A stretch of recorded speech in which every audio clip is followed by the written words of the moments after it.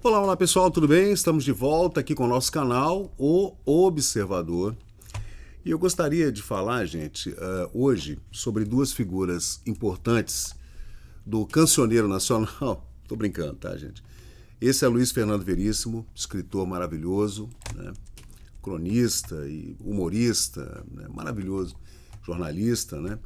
E Mino Carta. Os dois faleceram, né, essa semana. O Luiz Fernando Veríssimo, deixa-me ver. Ele morreu foi ontem, anteontem, gente. Foi dia 30 de agosto. Foi domingo, né? Foi domingo? Deixa eu ver, gente. Desculpem aqui. 30 de agosto. Foi sábado, né? Ele faleceu no sábado. Aqui, o Luiz Fernando Veríssimo. Maravilhoso, né? Maravilhoso, de muitos livros, o Analista de Bagé e outros tantos que a gente, né, de vez em quando esbarra neles até hoje. Inclusive tem essa matéria aqui da revista Veja, do Matheus Leitão, fazendo uma homenagem a ele, né? Frase do dia, Luiz Fernando Veríssimo. Ele faz isso de vez em quando com o Lula também, né? Frase do dia, Lula.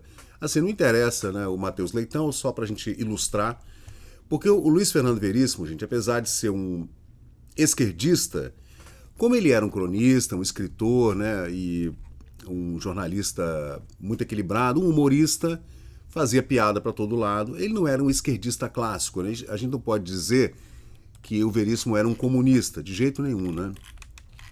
Também nunca foi filiado a partido nenhum, o Veríssimo, né? É gaúcho de Porto Alegre, filho do Érico Veríssimo, maravilhoso, escritor também, né?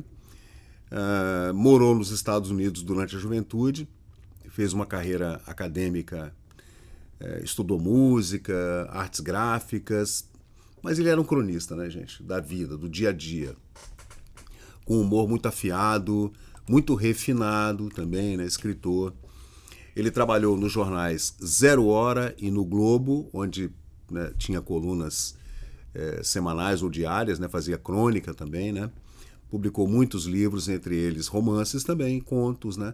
Mas mais crônicas, era um cronista mesmo, né? Foi roteirista também, tá? Roteirista, fazia charge, maravilhoso, Luiz Fernando Veríssimo. Ele é autor de Ed Morte, que inclusive tem filme, seriado e tudo, né? E deixa eu ver, ele tinha um humor inteligente, irônico, ironia fina, sátira social, escrevia leve, todo mundo conseguia ler Luiz Fernando Veríssimo, consegue, né, ler Fernando Veríssimo fácil pra caramba, né? E é um dos cronistas mais lidos na atualidade, por incrível que pareça, né? Apesar de nós termos outros cronistas maravilhosos, como o Stanislau Ponte Preta e outros cronistas incríveis, né? E é uma pena, né, que a gente tenha perdido esse homem. Ele estava com 88 anos e morreu, se não me engano, ele faleceu de pneumonia, não foi, gente? Deixa eu ver aqui. Pneumonia. Pneumonia tá matando demais, né, gente? Tá matando demais mesmo. Ele tem um Wikipédia bem grande, tá? Ele morreu em Porto Alegre, estava internado no hospital de Moinhos de Ventos. Foi pneumonia que levou, infelizmente, o Luiz Fernando Veríssimo, né? A obra dele é extensa, tá, gente? Ele tem o Analista de Bagé, que é bem famoso, né, que a gente conhece.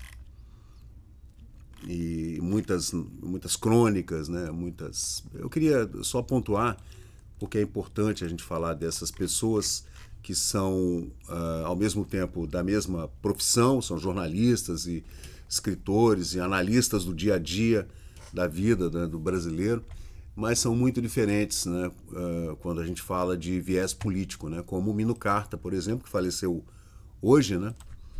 Acho que foi hoje que ele faleceu, estava com 91. O Luiz Fernando Veríssimo estava com 88 anos, tá, gente? Era italiano, né, tem aquela pegada de italiano, muito combativo, faleceu em São Paulo hoje, dia 2.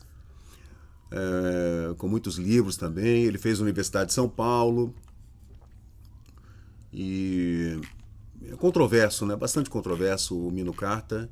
Eu não gostava muito dele, não, né? Como um esquerdista mais radical. Ele era italiano, nasceu em Gênova, né?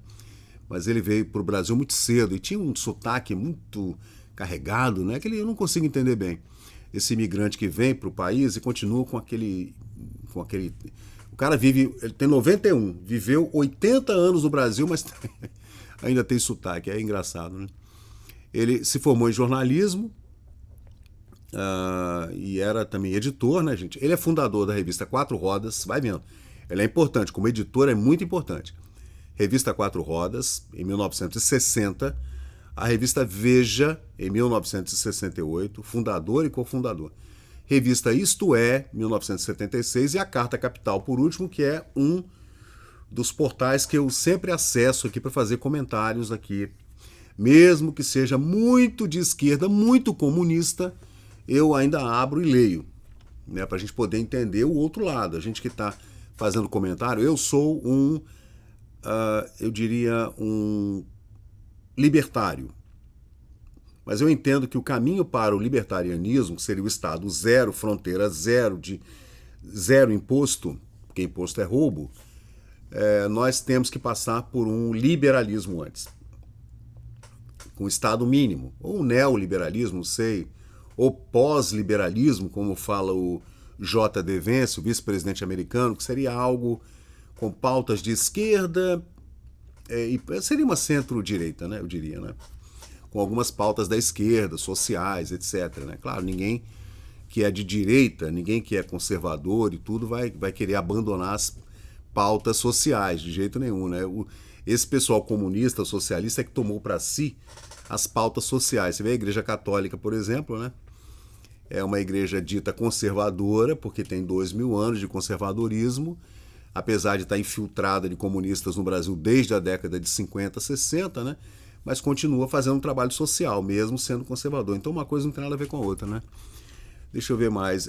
O jornalismo dele era investigativo, crítico, independente, muito confrontador, né? Bastante agudo, confrontador, de uma forma mais abrupta, eu diria. Muito diferente do refinamento do Luiz Fernando Veríssimo, né? Bem diferente, incisivo, assim, muito opinativo. Não tinha humor nenhum, muito pelo contrário, né? Não tinha humor nenhum. Fazia denúncias e tudo, mas de forma a vociferar quando se tratava da direita, né? Quando se tratava da ditadura militar, por exemplo, apesar da gente não concordar também, porque essa ditadura militar, ao contrário do que ele dizia, era esquerdista pra cacete, né? Porque tudo que quer concentrar, estatizar, é esquerda, gente, né? Quem quer estatizar? Tudo no Estado, tudo para o Estado, tudo dentro do Estado, nada fora do Estado. Esse é o lema do fascismo, né? O fascismo é de esquerda, gente. Né? Tem gente que fala, fascista é de ultradireita. Não, não é não. Não é não. Mussolini, o pai de Mussolini, eram todos comunistas, né? Mussolini também. Né? Ele que pegou um viés assim mais italiano e criou o fascismo. Então eles eram todos de esquerda, né? Mas é isso, gente. Eu sinto muito mesmo a morte pela família e tudo. Mas especialmente do Luiz Fernando Veríssimo. Né? Os dois eram homens de esquerda, só que o Luiz Fernando Veríssimo era mais refinado, né? Fazia um humor mais simples, refinado, mais interrogativo, digamos assim, né? Já o Mino Carta não. O Mino Carta era mais acusador, inquisidor, né? Era diferente, né? Então, eu sinto muito aí pelas famílias, mais pelo Luiz Fernando Veríssimo. É isso aí, gente. Eu sinto muito. Hoje é dia 2 de setembro, né? Vem a calhar, porque hoje nós temos aí o julgamento do Bolsonaro. Começou hoje, já começou desde 9 horas da manhã, são quase 11 horas da manhã agora, né? E esses dois homens do jornalismo da crônica brasileira, se estivessem vivos agora, estariam, claro, escrevendo sobre isso, né?